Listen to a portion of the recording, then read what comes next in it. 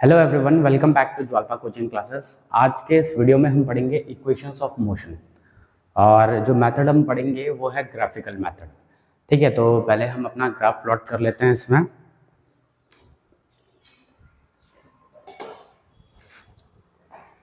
तो ये हमने ग्राफ प्लॉट कर लिया है। ग्राफ है हमारे पास वेलोसिटी वर्सेस टाइम ग्राफ है। ठीक है, इस तरीके से बन रखा है। इसके कोऑर्डिनेट्स क्या हैं? इस एक्सिस में t1 टाइम पे u वेलोसिटी थी, t2 टाइम पे v वेलोसिटी थी।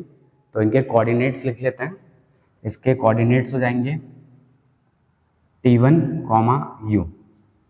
इसके कोऑर्डिनेट्स हो जाएंगे t2, v। ठीक है, तो ये अब इसमें हम फर्स्ट इक्वेशन ऑफ मोशन निकालेंगे। देखो कौन सा ग्राफ है? वेलोसिटी वर्सेस टाइम ग्राफ है। वेलोसिटी वर्सेस टाइम ग्राफ का स्लोप कौन सी क्वांटिटी देता है? एक्सेलरेशन। तो स्लोप का फॉर्मूला क्या होता है? ये होता है y2 minus y1 upon x2 minus x1। ठीक है, स्लोप कौन सी क्वांटिटी देता है? एक्सेलरेशन। y2 क्या है? v है। y1 क्या है? u है। अपॉन में रखेंगे t2 minus t1, t2 minus t1। ठीक है, तो t2 माइनस t1 को हम लिख लेते हैं t। तो a is equals to v minus u upon t हो जाएगा। ठीक है, इस t को a के साथ मल्टीप्लाई कर देते हैं, a t is equals to v minus u. ठीक है, u को a t के साथ ले आते हैं,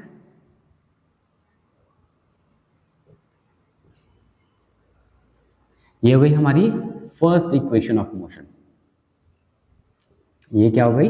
फर्स्ट इक्वेशन। ठीक है, फर्स्ट इक्वेशन में जो टर्म्स हैं ये क्या है?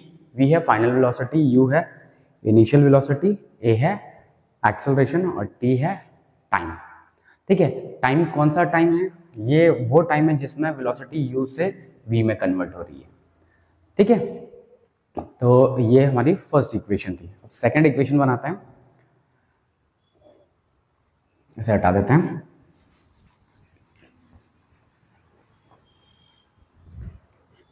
देखो हमारे पास है वेलोसिटी वर्सेस टाइम ग्राफ।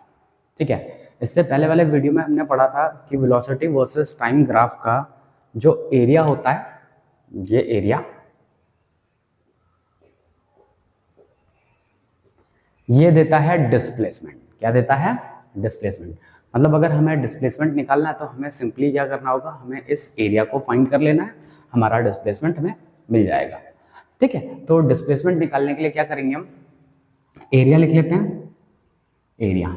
अच्छा, कैसा फिगर दिख रहा है आपको? ये है ट्रेपेजियम। तो ट्रेपेजियम का एरिया क्या होता है? Half into sum of parallel sides into distance between them, उनके बीच का डिस्टेंस।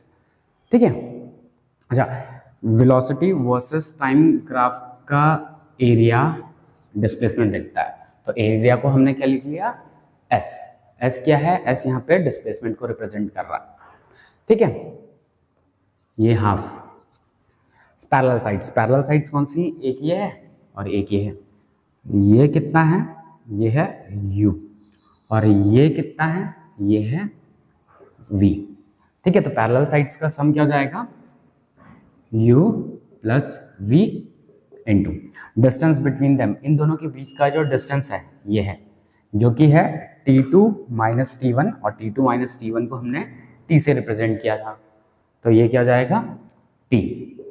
अब देखो क्या है हमारे पास इस इक्वेशन में, क्या है? s क्या है? डिस्प्लेसमेंट।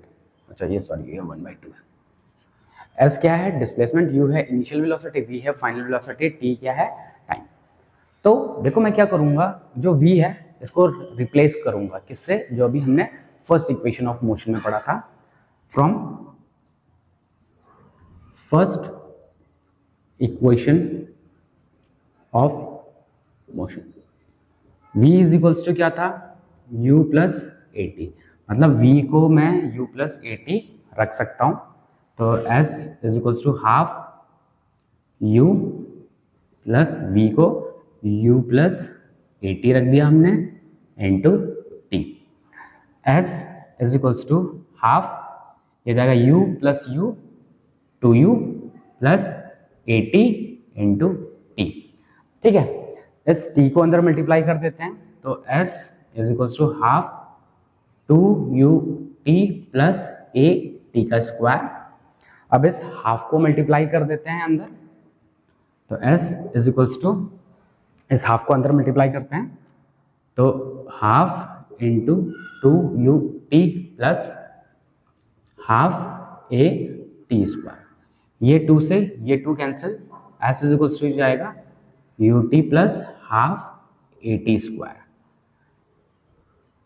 ये हो गई हमारी सेकेंड इक्वेशन ऑफ मोशन। ये क्या हो गई है? Second equation. ठीक है, तो सेकेंड इक्वेशन में किस किस को रिप्रेजेंट किया है, किस किस को रिलेट किया है? डिस्प्लेसमेंट को, इनिशियल वेलोसिटी को, टाइम को और एक्सेलरेशन को। ठीक है, ये हमारी सेकेंड इक्वेशन हो गई। ठीक है, अब देखो थर्ड इक्वेशन कैसे निकालना है। तो थर्ड इक्वेशन के लिए इस पूरे पार्ट को मैं रब करता हूँ यहाँ तक वाले पार्ट को। ठीक है,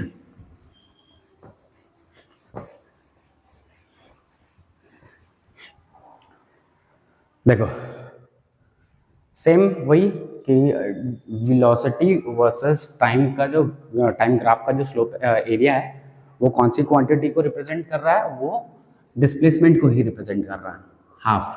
पैरेलल साइड्स अभी देखी हमने, पैरेलल साइड्स क्या थी? v plus you into T था। यहाँ तक तो अभी इससे पहले वाली इक्वेशन में भी हमने यहाँ तक डिराइव किया था।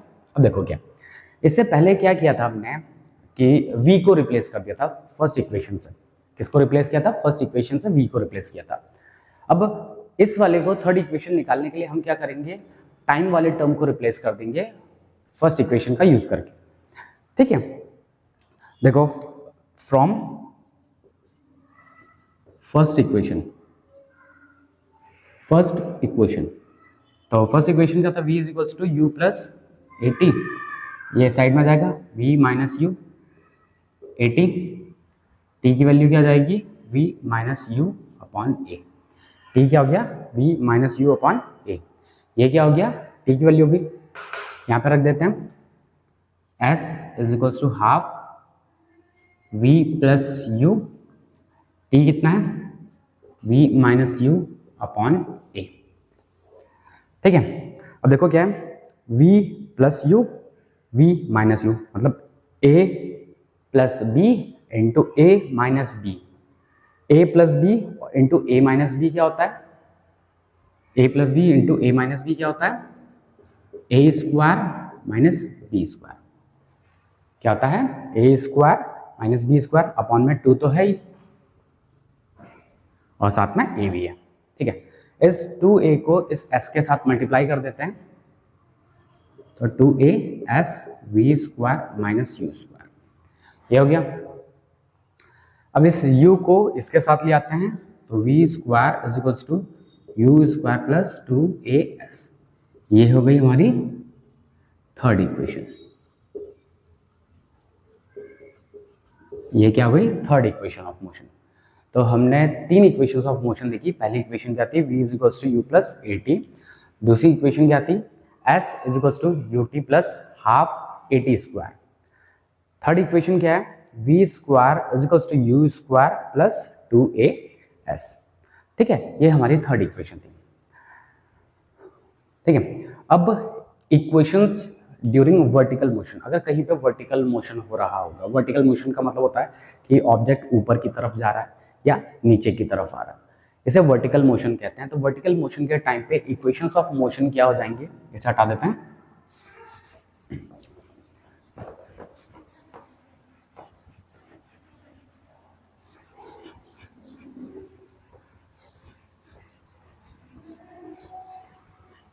देखो हमने 3 इक्वेशंस ऑफ मोशन पढ़ी। पहली क्या पढ़ी? v is equals to u plus a t. दूसरी पढ़ी s is equals to u t plus half a t square, v square is equals to u square plus 2as। ठीक है, ये हमने तीनों इक्वेशंस पढ़ी। अब इसको अगर हम 2 तरीके से पढ़ें अगर डाउनवर्ड मोशन हो रहा होगा, क्या हो रहा होगा, डाउनवर्ड मोशन। डाउनवर्ड मोशन में ए को रिप्लेस कर दिया जाता है जी से। ए को किससे रिप्लेस कर देंगे, जी से। जी क्या है, एक्सेलरेशन ड्यू टू ग्रेविटी।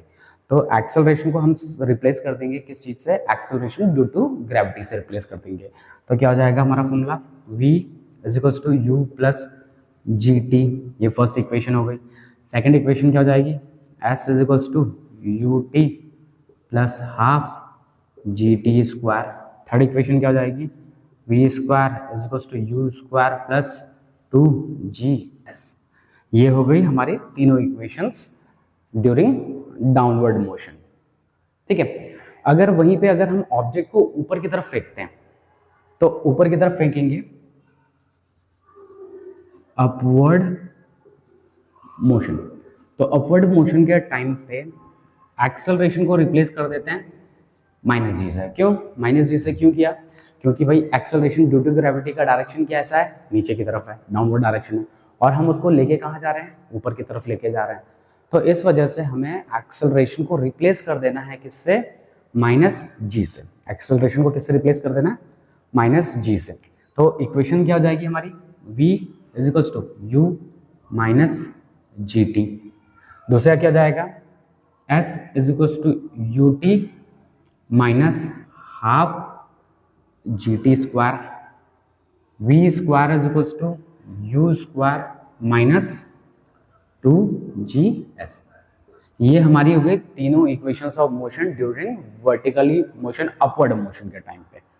ठीक है, तो आज के इस वीडियो में हम इतना ही करेंगे। नेक्स्ट वीडियो में हम करेंगे equation of motion by calculus method, जो कि बहुत इंपॉर्टेंट मेथड होगा। ठीक है, तो आज के लिए इतना ही करेंगे। Thank you.